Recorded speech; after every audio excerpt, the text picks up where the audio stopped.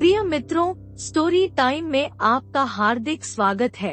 आज मैं आपको एक सुंदर कहानी सुनाने जा रही हूँ। मुझे उम्मीद है कि यह कहानी आपको अच्छी सीख देगी। एक बार की बात है, एक कुआं था जिसमें मेंढकों का एक बड़ा समूह रहता था।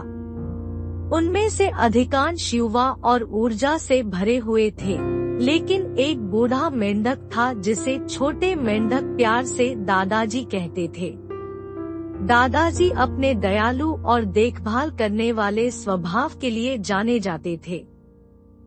एक दिन किसी अज्ञात कारण से कुएं के मेंढक आपस में झगड़ने लगे। उन्होंने अपमान करना शुरू कर दिया और यहाँ तक कि शारीरिक लड़ाई का भी सहारा लिया, जिससे कई मेंढक घायल हो गए।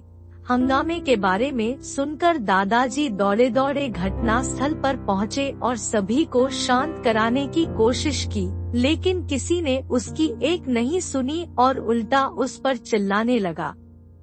छोटे मेंढकों द्वारा उनकी सलाह को खारिज करने के बावजूद दादाजी का मानना था कि उन्हें एक दूसरे को चोट पहुंचाना बंद करना चाहिए और प्यार और सम्मान को बढ़ावा देना चाहिए। हालांकि युवा मेंढक उसके व्याख्यान से थक गए थे और उसे जाने के लिए कहा। एक किसान ने अपनी दिनचर्या के तहत एक सुबह एक मोटी रस्सी कुएं में गिरा दी। इसने छोटे मेंढकों को नाराज किया, जो बाल्टी के गिरने की दोहरावदार आवाज से चिढ़ गए थे।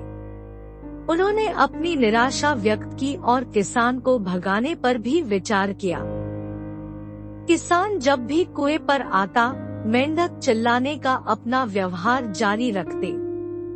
एक दिन जब किसान कुएं के पास खड़ा रो रहा था क्योंकि वह अपने खेत में पानी नहीं दे सकता था, एक मछुआरे ने मदद करने की पेशकश की। मछुआरे के पास मेंढकों को सबक सिखाने की योजना थी।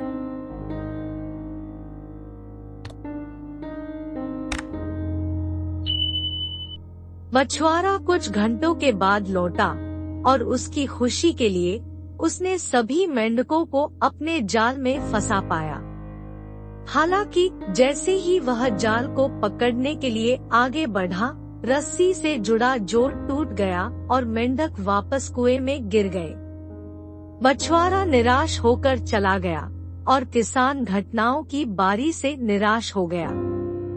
हंगामा शांत होने के बाद दादाजी सबके सामने आए। अपनी गलती का एहसास होने पर सभी मेंढकों ने उससे माफी मांगी। रस्सी काटते समय अपने दांत खो चुके दादाजी ने बताया कि कैसे उन्होंने उन्हें बचाने की कोशिश की थी। उन्होंने साझा किया कि उनके संयुक्त वजन ने जाल को कमजोर कर दिया था, जिससे अंततः वे बच निकले।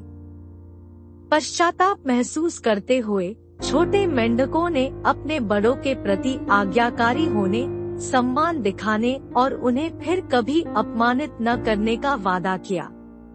उस दिन से मेंढक शांति और सद्भाव में खुशी से रहने लगे। परिवर्तन से राहत महसूस करने वाले किसान ने उन्हें फिर कभी परेशान नहीं किया। कहानी की नीति। कहानी का नैतिक यह है कि हमें अपने बड़ों के ज्ञान और अनुभव को महत्व देना चाहिए और उनका सम्मान करना चाहिए। यह हमें उनकी सलाह और मार्गदर्शन को सुनने का महत्व सिखाता है। इसके अतिरिक्त कहानी हमारे कार्यों के परिणामों और कार्य करने से पहले सोचने की आवश्यकता पर जोर देती है, क्योंकि आवेगी निर्णयों से नकारात्मक परिणाम हो सकते हैं। यह एकता और एक साथ काम करने के महत्व पर भी प्रकाश डालता है, क्योंकि मेंढकों की एकता ने उन्हें एक खतरनाक स्थिति से उबरने में मदद की। कुल मिलाकर नैतिकता हमें दूसरों के प्रति अपने व्यवहार में सावधान, विचारशील और जिम्मेदार होने के लिए प्रोत्साहित करती है, विशेष रूप से उनके प्रति जिनके पास हमसे अधिक ज्ञान और अनुभव है। दिन का विचार। अपने बड़ों की सलाह सुने, इसलिए नहीं कि वे हमेशा सही होते हैं, बल्कि इसलिए कि उन्हें गलत होने का अनुभव अधिक होता है। मुझे आशा है कि आपको यह कहानी पसंद आई होगी।